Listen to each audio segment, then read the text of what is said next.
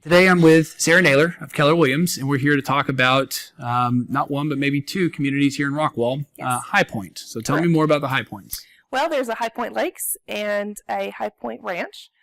They're both farmlands that are really close to one another, and so they just kind of develop them a little bit farther away from one another in that they're both custom homes. High Point Lakes is a little bit more restrictive in their HOA, and High Point Ranch is actually divided into the two school districts of Rockwall and Royce City ISD. So they're on the border then? They're on the border. They're in the McClendon-Chisholm.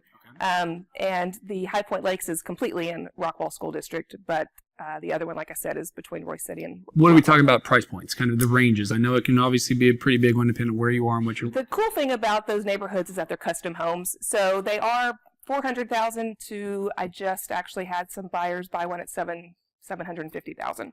So there's a pretty big range. So people that move in there, $400,000 to $750,000, somewhere in that ballpark, right? Correct. Anything in between, custom homes, so you can make it what you want. It's on the east side Yes. of Rockwall? The south side of Rockwall? Yeah, correct. And the people that go there, what's the draw to the community? Well, the reason that I have buyers that are, I love it personally, but the reason that a lot of buyers are interested in it is because it's got the country feel. You get a little bit more land. Your acreage is at least 1.5 acres, more like wow. 2 acres plus.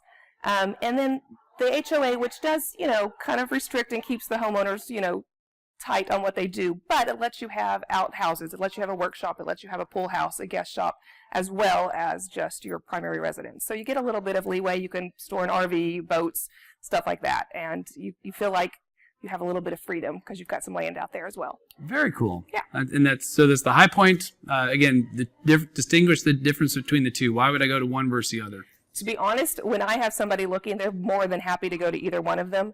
High Point Lake is slightly more restrictive in their HOA and what they allow you to do as far as some of your outbuildings. But as long as the outbuildings are similar in style to the frame of the house and have the same brick and everything. Outbuilding meaning what? Like your workshop? Your guest house, a pool house, a cabana, anything like that. Just needs to match with the same brick. But there really isn't a difference. And like I said, if you like High Point, you will like either neighborhood.